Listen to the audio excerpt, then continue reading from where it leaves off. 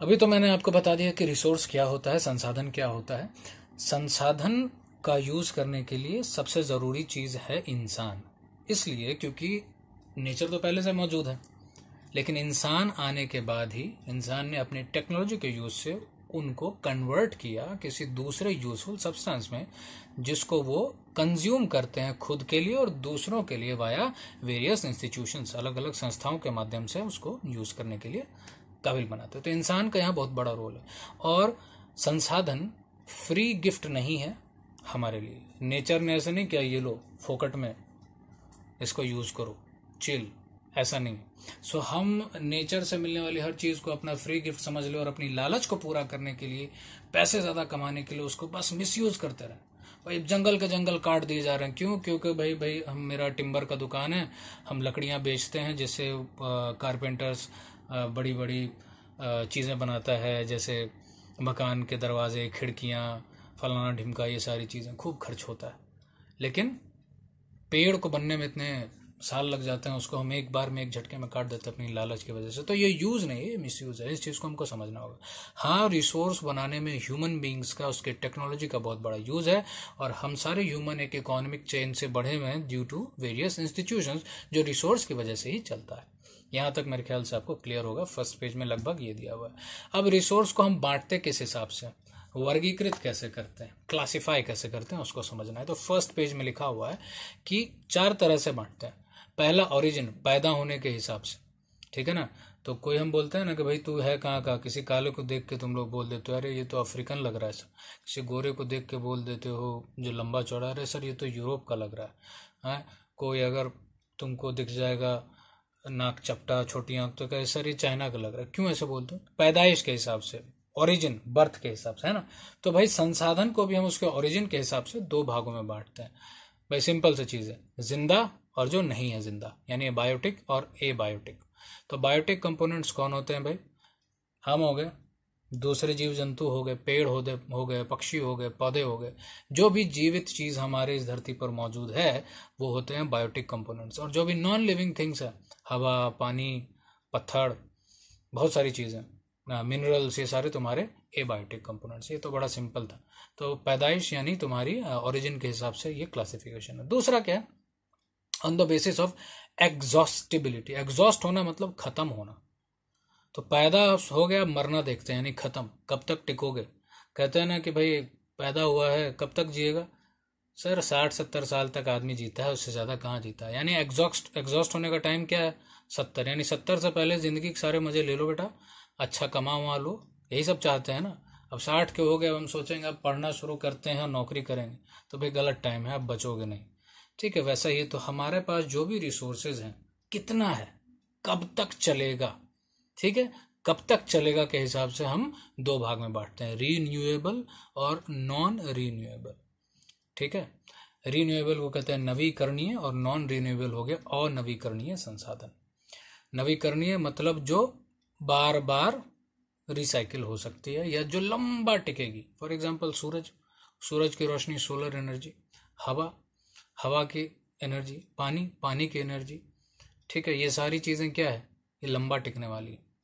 सूरज अभी lakh, millions and millions years के बाद खत्म होगा, उतना तो हमारा 1000 पुश्त जी जाएगा। तो भाई उसकी एनर्जी तो हमेशा आने वाली है, सो वो रीन्यूएबल है। लेकिन नॉन रीन्यूएबल एनर्जी सोर्स हमारे क्या हो सकते हैं? जैसे कोयला, पेट्रोलियम, फिर तुम्हारा एलपीजी। ये सारा कहाँ से मिलता है भाई? धरती के नीचे करोड़ों साल लगा मिनरल्स और इन सबको, लकड़ी जो थे अंदर दब के, सड़ के, गल के, हाई प्रेशर और टेम्परेचर पे तुम्हारे बन गए कोयला। और जो मरीन एनिमल्स थे वो सब सड़ गल के बन गए पेट्रोलियम, और उनके ऊपर जो गैस बना वो हो गया तुम्हारा मीथेन। तो इतना करोड़ साल लगा उसको बनने में, जिसको हम आज यूज कर रहे हैं। और किस तरह यूज कर रहे हैं? बिना सोचे समझे खूब यूज कर रहे हैं। तो उसका एक लिमिटेड क्वांटिटी है जो धीरे धीरे घटता जा रहा है हमारे जरूरत से ज्यादा यूज करने पे। और अगर वो खत्म हो जाएगा तब फिर क्या होगा इतनी बड़ी कार्स का, ठीक है ना।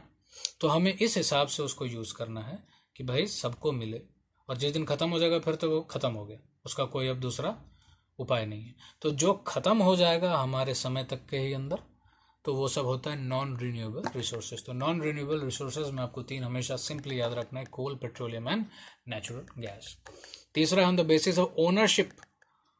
ओनरशिप मतलब हक, किसका हक है भाई, मेरा हक है, ये मेरा बॉटल है, इसमें मेरा हक है, आई ओन दिस बॉटल, कोई दूसरा इसको नहीं यूज कर सकता। लेकिन यही बॉटल अगर 10 आदमी मिलकर खरीदें तो भाई वो 10 लोगों का उस पर हक है, ठीक है। लेकिन यही बॉटल उठा के हम सड़क पे लिख दें, लिख दिए पब्लिक वाटर, कोई भी पी सकता है, तो ये पब्लिक का हो गया, सबका हो गया। तो ओनरशिप के हिसाब से हम कैसे बांटते हैं रिसोर्सेज को, इंडिविजुअल, किसी का अपना है, मेरी अपनी जमीन खरीदी हुई है, लिखेंगे private property, no trespassing allowed, ठीक है। दूसरा होगा कम्युनिटी, जो पूरे समाज का, जैसे तुम लोग देखते हो शादी ब्याह होता है इस किसी मोहल्ले में, तो होता है ना कम्युनिटी सेंटर, सामुदायिक भवन, भाई हमारा बेटा का शादी है यहाँ करा दो, तुम्हारी बेटी की शादी है वहीं करा दो, क्योंकि हम सब एक ही मोहल्ले में रहते हैं। तो एक कम्युनिटी के लिए जो संसाधन यूज में किया जा रहा है। तीसरा हो गया नेशनल, पूरे देश की संपत्ति, भाई तुम्हारी ट्रेन जो चलती है या फ्लाइट जो चलती है इंडिया के अंदर, जो इंडिया में ज़मीन में जो भी मिल रहा है, जो तुम तेल इंडिया में हम निकलता है, जो कोयला इंडिया में निकलता है, जो मेटल्स इंडिया में निकलते हैं, ये सारे इंडिया की है, ठीक है। वो किसी एक आदमी की भी हो सकती है, लेकिन इंडिया का ही आदमी है, सरकार चाहे तो उस पर अपना हक जता सकती, ठीक है। तो वो हो गया तुम्हारा नेशनल। और चौथा हो जाता है तुम्हारा इंटरनेशनल, जो भाई इंडिया के बाहर हो और दूसरे देश का भी उस पर हक नहीं हो। जैसे समुद्र, जैसे इंडिया 3 ओर से समुद्र से घिरा हुआ है, जब समुद्र से हम दूर पैसिफिक ओशन में जाएंगे तो सिर्फ तुम्हारे कितना 12.45 नॉटिकल माइल्स, एग्जैक्ट याद नहीं, मैं देख लूंगा, एक खास नॉटिकल माइल्स तक ही ओशन वाटर में हमारा हक होता है, it's our water. Beyond that ना तो वो मेरा है ना तो वो किसी दूसरे देश का है, तो वो किसका हो जाएगा, that is called international waters. उस पानी पे सबका हक है, ठीक है। वहां कोई एक देश जाकर नहीं कहेगा कि भाई यहाँ मछली मारो, भाई हमारा मर्जी हम कुछ भी करें, नहीं, वो सबका है, तो इंटरनेशनल हो जाता है। जैसे हवा में उड़ने के लिए, हवा में भी तुम्हारे देश के बॉर्डर के ऊपर तक ही तुम्हारा नेशनल एयर स्पेस है, उसके बाहर इंटरनेशनल, ठीक है ना। तो ये सारी चीजें ध्यान में रखना है। तो हमको बस एक चीज है, ओनरशिप के हिसाब से 4 होता है, भाई मेरा यानी इंडिविजुअल, दूसरा कम्युनिटी का, तीसरा देश का नेशनल, और चौथा हो गया सबका किसमें, इंटरनेशनल। और चौथा होता है on the basis of status of development, potential, on the basis of status of development, potential, developed, stock and reserves. 4 चीजें, इसको याद रखना। पोटेंशियल मतलब जैसे एनर्जी में बताया था ना, पोटेंशियल एनर्जी जो कहीं सीमित होती है, तो कितना है, हमने उसको निकाला है कि नहीं निकाला है, निकालने की तकनीक हमारे पास है कि नहीं पहले, ठीक है। अगर है तो हम अभी निकालना चाहते हैं कि नहीं निकालना चाहते, कि बाद में यूज करना चाहते हैं, तो उस हिसाब से हम 4 तरह का इसको में बांटते हैं। एक होता है पोटेंशियल, दूसरा होता है डेवलप्ड, स्टॉक, और तीसरा होता है डेवलप्ड, तीसरा होगा स्टॉक, चौथा होगा रिजर्व। इस पे हम चर्चा करेंगे। अब नेक्स्ट पेज पे, उसमें नीचे एक टेबल बना हुआ रिसोर्स का, उसको ऐसे ही देख लेना, बट बेटर है जो इस ABCD फॉर्म में अभी जो मैंने बताया है उस फॉर्म में ही याद रखना, एग्जाम में हेल्प आता है। सो बायोटिक रिसोर्स हम बता दिए हैं, बायोटिक एबायोटिक। दूसरा एग्जॉस्टिबिलिटी के हिसाब से भी बता चुके हैं, रीन्यूएबल और नॉन रीन्यूएबल। तीसरा on the basis of ownership, ठीक है, जिसमें इंडिविजुअल रिसोर्स क्या होता है, कम्युनिटी ओन रिसोर्स क्या होता है, ये सब अभी बता दिए हैं। इसको पढ़ लेना, समझ में आ जाएगा, कोई बहुत बड़ा दिक्कत नहीं है, हम बहुत सिंप्लीफाइड वे में समझाने की कोशिश कर रहे हैं।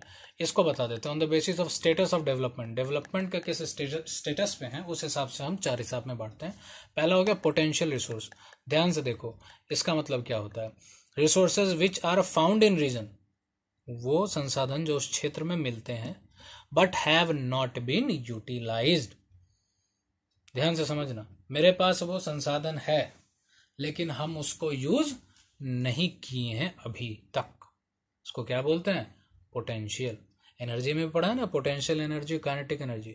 एक पत्थर को उठा के हम बहुत ऊपर ले गए, पहाड़ पर, चट्टान पर, जितना ऊपर ले जा रहे हो उसमें उतनी ताकत भरते जा रही है, बताया ना। एक छोटा सा पत्थर अगर यहाँ से तुम्हारे सर पे गिराए तो चोट नहीं लगेगा, लेकिन 3rd फ्लोर से जाके बस वैसे ही छोड़ दे तो बहुत तेज चोट लगेगा। जितना हाइट पे हम लेते जा रहे हैं उतनी तुम्हारी एनर्जी बढ़ते जा रही, स्टोर होते जा रही है, ठीक है। तो हम यूज नहीं कर रहे हैं ना, तो वो स्टोर्ड एनर्जी क्या होती है, पोटेंशियल एनर्जी होती है। दूसरी तरफ पोटेंशियल रिसोर्स क्या होता है, ऐसे रिसोर्स जो हमारे पास हैं पर हमने अभी तक उसका यूज नहीं किया।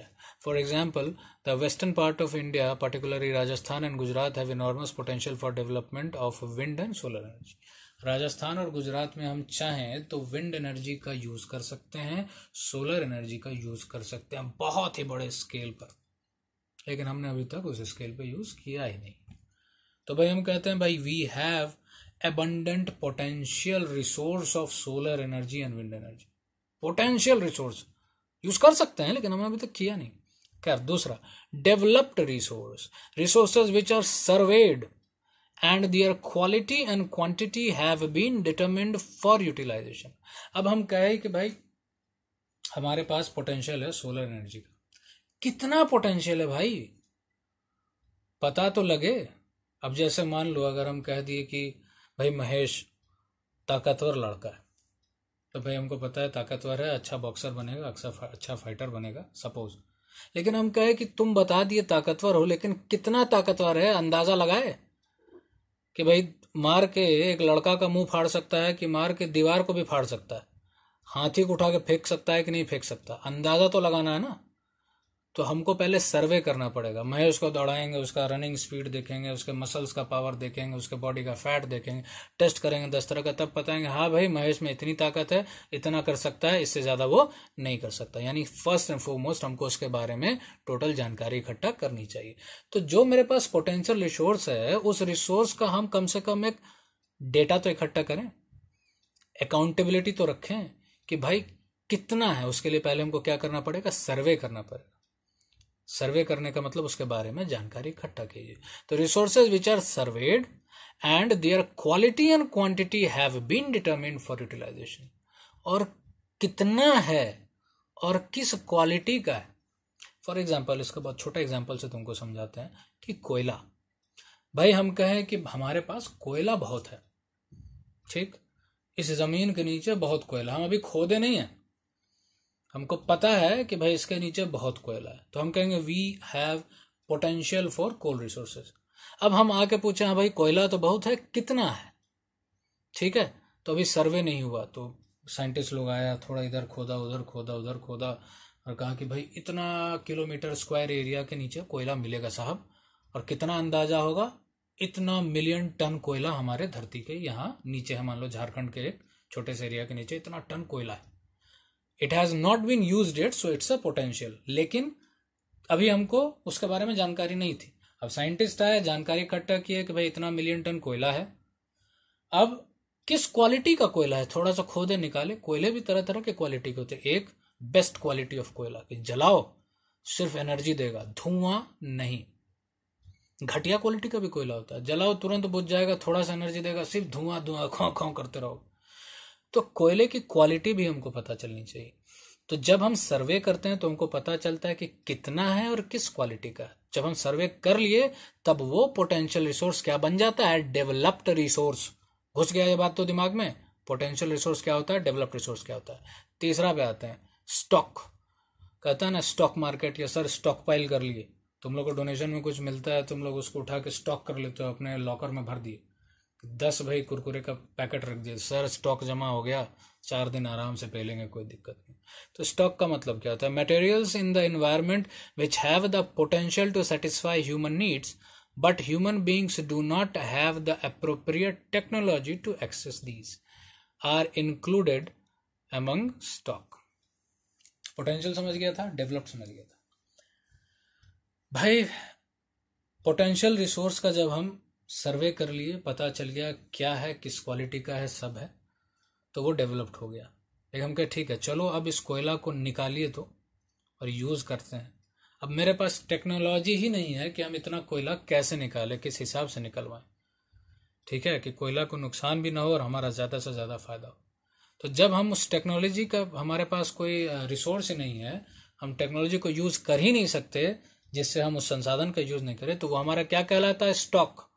मतलब अभी रहने दो, हमको सारी जानकारी है, टेक्नोलॉजी आ जाएगी तब यूज करेंगे। टेक्नोलॉजी नहीं है तो यूज नहीं कर रहे, तो नहीं यूज कर रहे तो हमारा क्या, स्टॉक रखा हुआ है, जहां से हम मंगा रहे हैं मंगाओ पहले, जब हमारा खत्म हो जाएगा मंगाना तब हम इसका यूज करेंगे, नया टेक्नोलॉजी हमारे पास तब तक आ जाएगा तब यूज करेंगे। तो उसको स्टॉक करते हैं. For example water is the compound of two gases hydrogen and oxygen. Hydrogen oxygen मिला के वाटर बनता है, which can be use as a rich resource of energy. और पानी भी एनर्जी का बहुत बड़ा resource. But we do not have the required technical know how to use this as the purpose. लेकिन हमारे पास ये तकनीक ही नहीं है. हाइड्रोजन को हम लोग फ्यूल की तरह यूज कर सकते हैं. हाइड्रोजन को फ्यूल की तरह यूज करेंगे, ऑक्सीजन में बर्न करेगा, H और O2 मिलके H2O बनाएगा पानी. कार्बन डाइऑक्साइड नहीं बना, क्या बना? पानी, जो हमारे लिए कोई वेस्ट प्रोडक्ट है नहीं, एनवायरनमेंट को नुकसान नहीं पहुंचाएगा. हम कह रहे वाह बड़ा अच्छा है, तो यूज कीजिए ना हाइड्रोजन को फ्यूल के तौर पे. तो नहीं भैया, हमारे पास वो टेक्नोलॉजी ही नहीं. हाइड्रोजन गैस तो बहुत अवेलेबल हमारे चारों तरफ, लेकिन क्या हमारे पास हाइड्रोजन गैस को फ्यूल के तौर पे यूज करने की तकनीक है? नहीं है. तो भैया हम कहेंगे हमारे पास स्टॉक बहुत है हाइड्रोजन गैस का एज अ रिसोर्स, बाद में यूज करेंगे जब हमारे पास टेक्नोलॉजी आ जाएगी. और आखिरी चीज होता है रिजर्व. स्टॉक और रिजर्व ना सुनने में एक जैसा लग रहा है और अदल बदल के यूज भी करते हैं. रिजर्व में रखा हुआ है, थोड़ा सा अंतर है, समझ लेते हैं. तो reserves are the subset of stock which can be put into use with the help of existing technical know how but their use has not been started. Stock और रिजर्व में ज्यादा अंतर नहीं है. रिजर्व क्या होता है? वो स्टॉक ही है. स्टॉक तो समझ गया ना. स्टॉक क्या है कि भाई जो आपके पास संसाधन है, आपने सर्वे कर लिया, सारी जानकारी है, बस निकालने की तकनीक आपको नहीं आती है, you don't have the technology to use, so it's a stock. And what is reserve? कि भाई that stock is now going to be used with the help of your technology, then it has become a reserve. ठीक है. Reserve क्या है? Stock का ही subset है. जब आपके पास एग्जिस्टिंग टेक्नोलॉजी से आप उसको यूज करने की कोशिश करने वाले हो. हैज नॉट बीन स्टार्टेड, अभी शुरू नहीं हुआ, लेकिन आप करोगे. कौन सी तकनीक? जो पहले से मौजूद है, कोई नई नहीं आई. नई तकनीक खोजी जा रही. ठीक है ना. तभी तो वो स्टॉक कहला रही है, क्योंकि आपके पास कोई बढ़िया तकनीक नहीं. तो जो नॉर्मल तरीका जो पहले से चला आ रहा है, उसी तरीका से अगर आप निकालोगे तो क्या कहलाया जाएगा? वो रिजर्व कहलाएगा. ठीक है. बस यही है.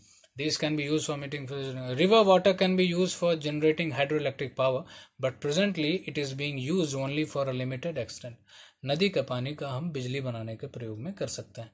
तो आज के समय में हम डैम्स बहुत बना रहे हैं, लेकिन जिस लार्ज स्केल पे बना सकते हैं उस लार्ज स्केल पे हम इसको यूज नहीं कर पा रहे. डैम बनाने वाली टेक्नोलॉजी तो है, लेकिन बहुत बेहतर क्वालिटी का डैम वाला हमारे पास अभी नहीं है. और बहुत तरह का काम चल रहा है, उसमें भी बहुत सारे हादसे होने की घटनाएं होती रहती. बेटर करने की कोशिश कर रहे होते हैं ना. तो जो एग्जिस्टिंग टेक्नोलॉजी है उस पर ही जो हम काम कर रहे हैं, उस एनर्जी को यूज कर रहे हैं, रिसोर्स को यूज कर रहे हैं, तो वो हमारा रिजर्व कहलाता है.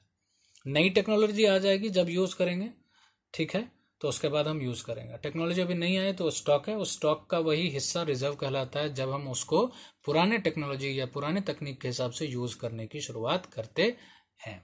तो यहां तक आपको क्लियर हो जाना चाहिए. मैंने बहुत सिंपल वे में बताया कि रिसोर्स क्या है, रिसोर्स को 4 कितने भाग में हम बांटते हैं और उसका मतलब क्या होता है.